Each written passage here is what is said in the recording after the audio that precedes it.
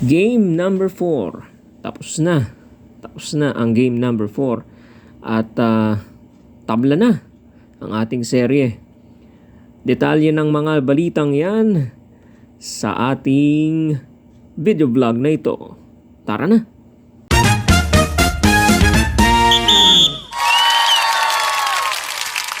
Magandang araw mga katokers, mga katokis, mga toshis. Welcome na naman po sa ating panibagong vlog dito sa Talking Toshi Sports.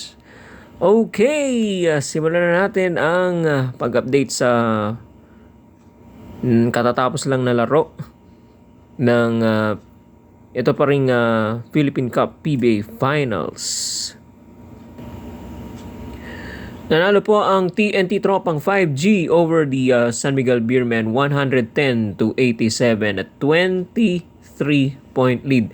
Actually, umabot pa yan ng 35 yata, no? Okay, talagang murder, massacre. Okay, ang nangyari sa larong ito, mga kababayan. Tabla na po ang ating serye, 2 games apiece. Okay? So, yan po ang final score. Ang ating best player dito sa larong ito, si Calvin Oftana. Nagtala lang naman siya ng 29 puntos, 6 na rebounds at 4 nakaw ng bola. Alright? Calvin Oftana, player of the game or the best player of the game. Alright, congratulations din pala dito kay Junmar Fajardo. Siya po ang tinanghal na best player of the conference. Again.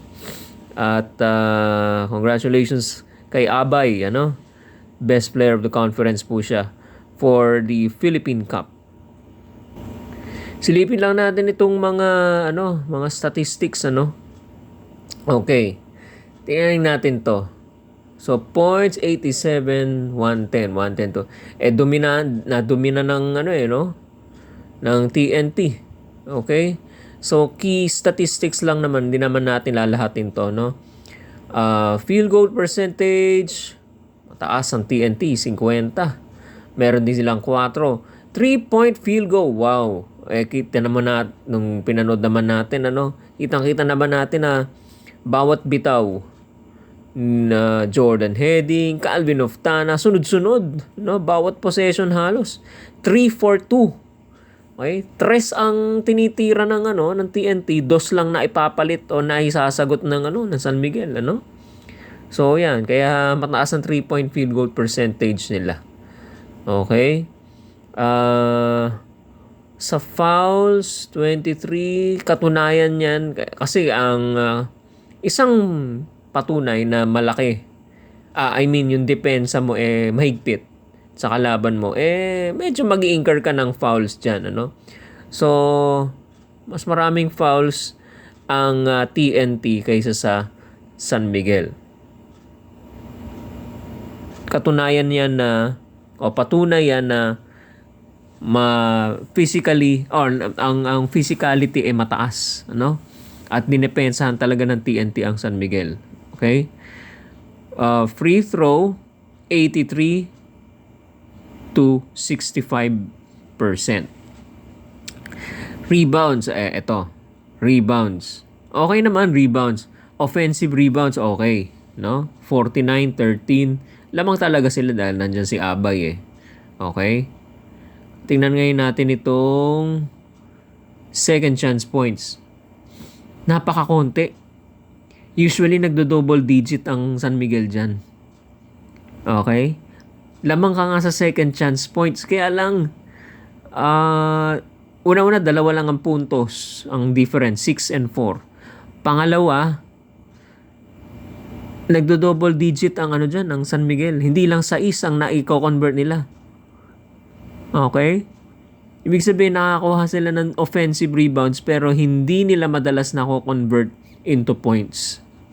Okay? Extra possession pero mintis. Okay? Yan ang ibig sabihin yan, mga kabayan. So, hindi nila na-take advantage yan. Lamang nga sila sa second chance points pero maliit ang output nila dyan. Okay? At dito na dali ng TNT ang San Miguel Beermen sa assists. Assist 20 to 16. Okay?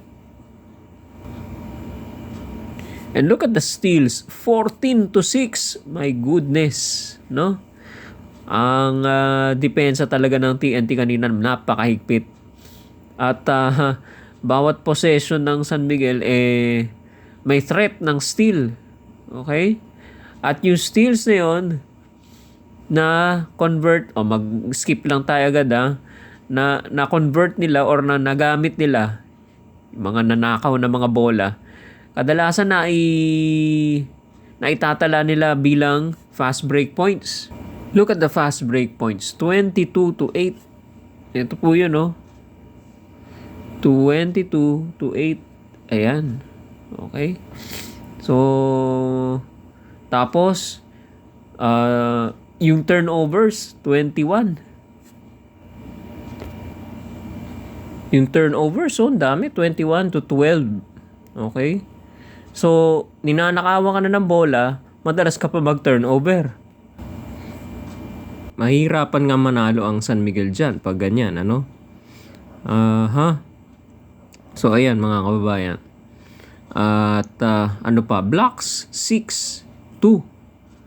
Okay? So, steals, blocks, and turnovers, nag-compound na yan, nagsama-sama. At hindi na nga pinalad na itong San Miguel. Sa starter points, ayan, ang kadalasan na gumawa sa TNT, ano? Lamang sila sa starter points. Wala masyado na-contribute yung starter sa 38 lang eh. Okay? Tingnan natin itong susunod. Last two. Perimeter points. Wala naman tayong dapat ipagtaka dyan dahil laruan talaga ng TNT ang perimeter, ano?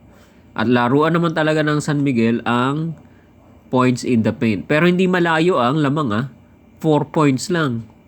So, masasabi rin na natin, pwede na rin natin sabihin na inside and outside, nag-excel ang TNT sa kanilang laruan kanina. Okay? So, congratulations sa TNT tropang 5G. Okay? Tabla na po ang ating serye at magpapatuloy po ang seryeng ito sa Biyernes, January 30, 2026, mga kababayan. Okay? So, abangan po ninyo mga kababayan ang game number, ano ba to? 2-all, ano? Game number 5. At sigurado na pong may game number 6, mga kababayan. At kasi tumable, no? So, mayroong game number 6 definitely. Pero game 5 muna tayo sa Biyernes, mga kababayan. Maraming salamat po sa patuloy po ninyong pagsuporta sa ating YouTube channel. Sa mga bagong pasok, huwag niyo pong kalimutang mag-subscribe sa ating YouTube channel. Napakadali lang po. Just hit the subscribe button just below this video. Maraming salamat po at magandang araw po sa inyo lahat. Bye-bye po.